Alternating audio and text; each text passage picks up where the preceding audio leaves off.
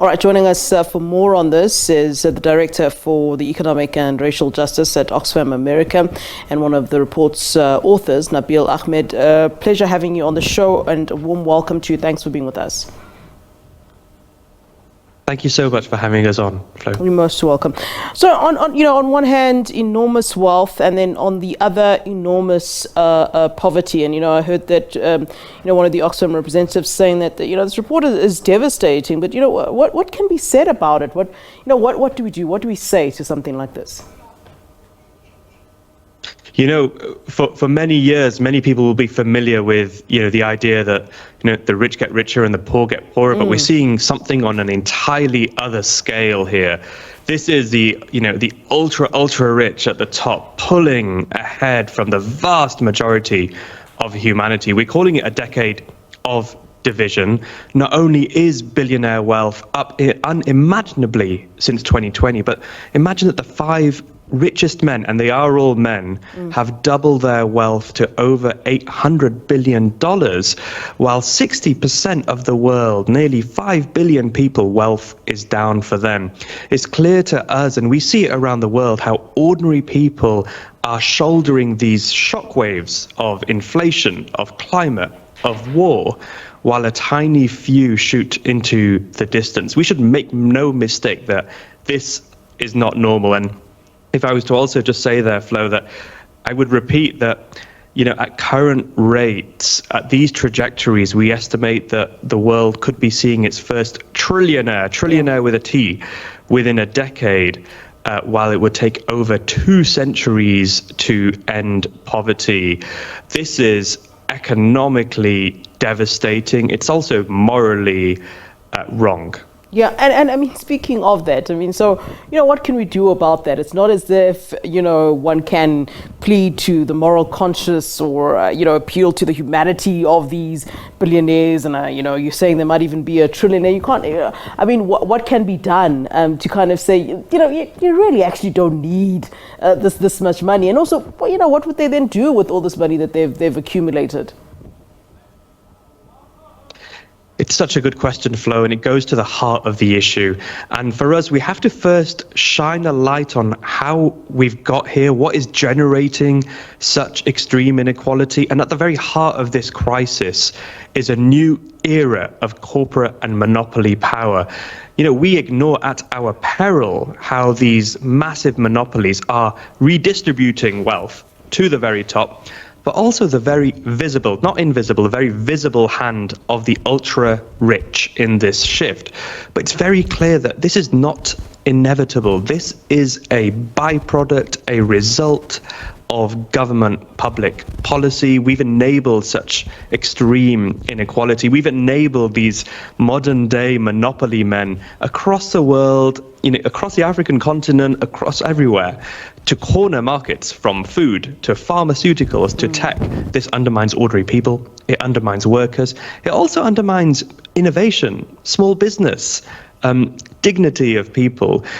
We've shown, we worked with an organization called the World Benchmarking Alliance, and we looked at over 1,600 of the world's largest and most influential corporations.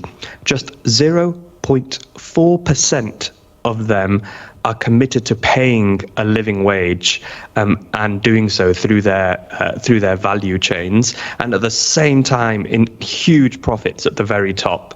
Yeah. And I'll cap it off just by saying this, and I know we need to get to solutions, but there is a clear connection between billionaire wealth, billionaire influence, and these corporations. For example, we've shown how 7 out of the world's 10 largest firms are either run by a billionaire or have one as a principal shareholder. We need to, free ourselves from this era of private power. And there is evidence, there are examples as well of how we can go about this. Yeah, perhaps I should take a step back and ask you, how this study, was conducted, to get to this report that you've now released. I'd love to hear, and my co-anchor was just asking, I wonder who that trillionaire would be, and I assume you probably have an idea of that, but that's, that's just me being nosy. But how did you conduct this particular report? And, I would imagine you'd have to have some of these rich men being quite forthcoming forthcoming about, their assets, what's in their banks. And I also imagine that they might even have foreign accounts and so forth. So it would be interesting to know how Oxfam was able to conduct this kind of report. It's a great question, and feel free. You must ask us, actually, Flo. So we it takes place with a number of inputs, right? So we work as an agency right across the world, in countries across the world. That gives us visibility on the inequality trends that are taking place within countries. We come at this as a global agency, rather than just looking at inequality just solely within individual countries. We also use the excellent data that is produced by organizations like Forbes, who compile data on billionaire wealth, like Credit Suisse and UBS, who compile really valuable data on global wealth. We work with our own researchers and externally with partners to be able to put these trends together. We also work very closely with bodies like the World Bank, who do an excellent job at really tracking what's happening to poverty. And I almost feel the world's eyes should pay even more attention to what they've been showing on what's happening to global poverty in particular. They've shown how global poverty has stalled, global poverty reduction has stalled. And on the specific one you mentioned there on trillionaire, on the trillionaire data, we looked at what's happening on average wealth trends at those at the very, very top of the billionaire list. We looked at poverty trends to see where that would take us, and that shows this completely frightening, and let's be clear, a very frightening reality of a trillionaire within a decade, while so many people, billions of people across the world remain mired in poverty. This is a policy and a political design, and it's not inevitable. You touched on it briefly, but let's talk about the solutions to this. I mean, if one is to believe some of the movies that I watch on Netflix, some of these very rich and powerful men are able to go as far as influencing governments, buying certain people in governments, whether we're talking about leaders, ministers, presidents, even, and they're able to even decide how countries sort of operate. So it doesn't look as though the power is ending. I mean, I'm not going to say these movies are realistic necessarily, but I would imagine that there is some sort of truth to to this and how this sort of power does extend and to their benefits.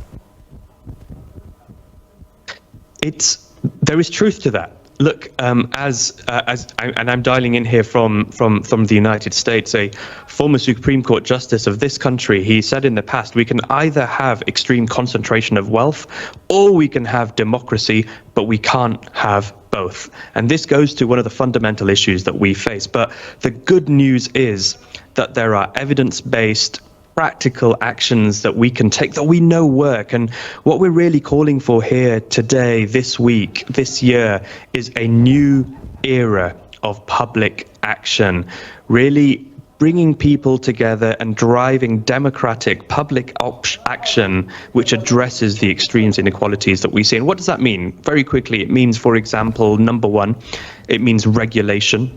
It means breaking up monopolies.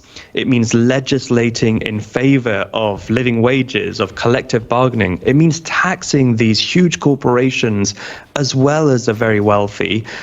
That's regulation that we can take. Secondly, we want to, recreate and reinvent the ways we do business.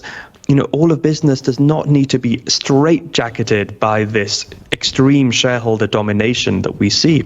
There are more democratic forms of business that we can incentivize within our economy. The final and the third thing I want to say, and perhaps the most important, is to really reimagine and reinvest in the state to be able to deliver on public goods, deliver on public services, deliver on public options that can compete in the market. Not everything should be left to private providers. We can look at healthcare, we can look at education, we can look at public options on issues like railways, and we can look across the economy to really, design markets to be far fairer, to work for people.